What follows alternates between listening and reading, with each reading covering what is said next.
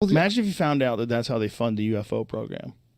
Well, you know what I wonder about that, because that Bob Lazar episode was very creepy when I watched the thing. Yeah. You know, but to him talking about it, it was eerie to hear him talk about it. It was very confusing because what he's saying is so out there. You don't know. I'm like, I'm definitely a fool, but am I being a fool here?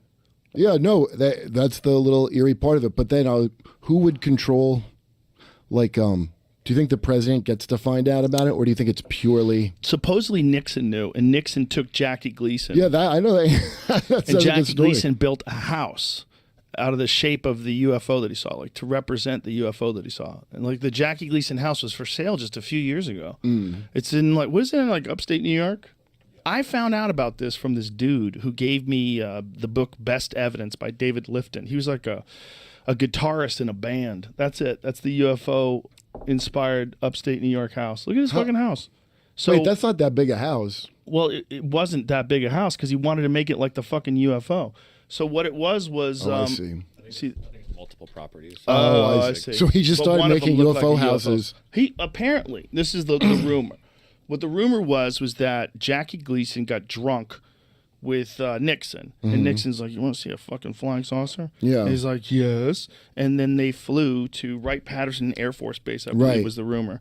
And they showed him, like, we have actually like they had freezers of them, right? They had them in I don't know if freezers? that's real. I've never heard anybody say that they saw a body and have it be, like, 100% credible. Other than maybe that Travis Walton guy who claims to have been abducted in the 1970s. He's another one of those guys, like, well, if he's telling the truth. Okay, there are a number of labs we passed through before I entered a section. Nixon pointed out what he said was the wreckage of a flying saucer enclosed in several large cases. Next, we went to an inner chamber. There were 6 or 8 what looked like glass-topped Coke freezers. Inside them were the mangled remains of what I took to be children. Oh, that's right. Yeah, that's the thing I remember from this story. So I'm conflating this with something else. So that's right. They did have fucking supposedly dead frozen ones. The revelation of the U.S. Secretary holding the corpses of dead aliens shook Gleason to the core, and he couldn't eat or sleep for weeks. After being confronted by his wife, Beverly, Gleason told her the truth about that night and swore her to secrecy, but Jackie and Beverly Gleason were already in the process of separating. The final straw in the relationship would be Beverly breaking her vow and revealing the encounter to the magazine Esquire in 1974 as a teaser for a book she was writing about a relationship with the tempestuous, hard-drinking Jackie. Oh, the wife sold him down the river. I wonder what that article... So that article was this where this story first came out? Yeah, I guess so. And stung and humiliated by the betrayal, Jackie stayed silent until 1986. Finally ready to talk, he invited Larry Warren, a flying saucer evangelist, author, and eyewitness to the Randall Sam... Oops. Fucking pop-ups. No, I don't want your pop-up. No thanks. Thank you. Where were we?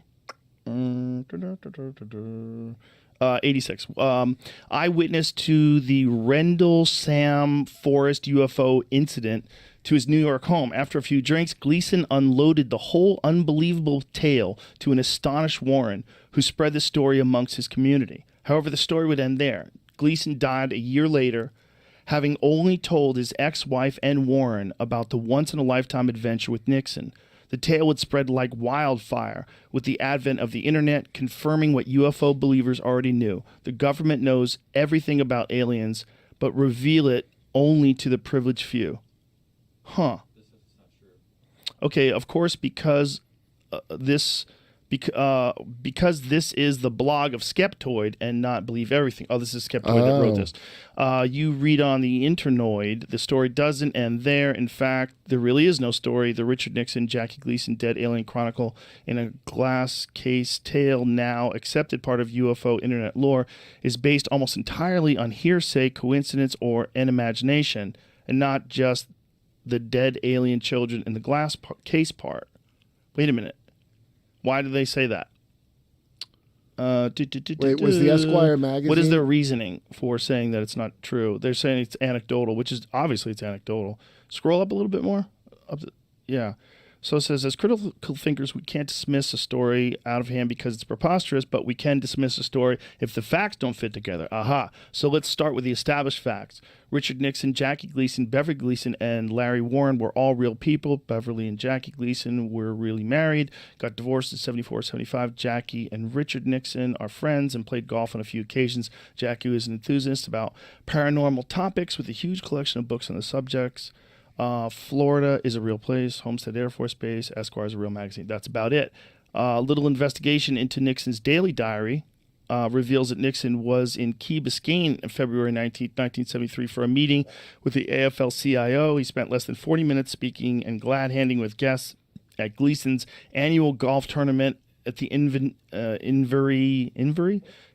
Golf and Country Club, which... at most 10 minutes available to chat with Gleason about UFOs. Nothing else in Nixon's diary indicates that the president did or didn't slip his Secret Service detail and go on an alien adventure with Ralph Cramden. But that doesn't mean he didn't do it. That just means he didn't write about it in his diary. Why would he write about that in his diary? Where the story really starts to fall apart is Beverly Gleason's interview with Esquire, because it doesn't appear to exist. Interesting. Yeah, that's a search of both Esquire's archives and internet in general turned up nothing. What did turn up, however, was an article supposedly written by Beverly from the National Enquirer, dated August 16th in 1983. Discerning readers will note that the Esquire and the Enquirer have different thresholds for veracity and adjust their expectations accordingly. That's a very good sentence right there. Yeah. It's very well worded. Yeah. So it seems like there was no Esquire article, so that's bullshit. Yeah, the Enquirer back then, I remember it being closer to Weekly World News than, because Enquirer became like celebrity gossip entirely, right? When I was a kid, I remember it having wilder stuff in it. Okay, in short, the piece makes Jackie look like a lunatic, befitting a spurned wife writing a tell-all about her famous ex-husband, but the book wouldn't show Jack as he's never been seen before to anyone because Beverly never published it. The Gleason UFO story got picked up by a few other tabloids, but mostly faded into obscurity. So here's the thing, though. You could, for sure, imagine that his ex-wife wanted to sell a book. Yeah. You could also, for sure, imagine that Jackie would try to stop that book from being sold. Yeah, right. So there's that. Like, maybe he bought her out. Maybe, how do we know that she didn't actually write a book? Now, that's also because Nixon didn't write about it in his diary. That doesn't... If Nixon's the fucking kind of guy who likes to get drunk and take people to see UFOs, he's not going to be meticulous about every fucking thing he does all day long. And you don't think that they could hide that? I like that back then he was only like really open about recording his racist rants and not... But dude, back then, the fucking Lyndon Johnson used to take a shit in front of the reporters with the door open. So you could see how big his dick was? Well, he was just, like, he didn't give a fuck. And, like, he would have a conversation with, I'll have a conversation it's like a power move. but I got to take a shit.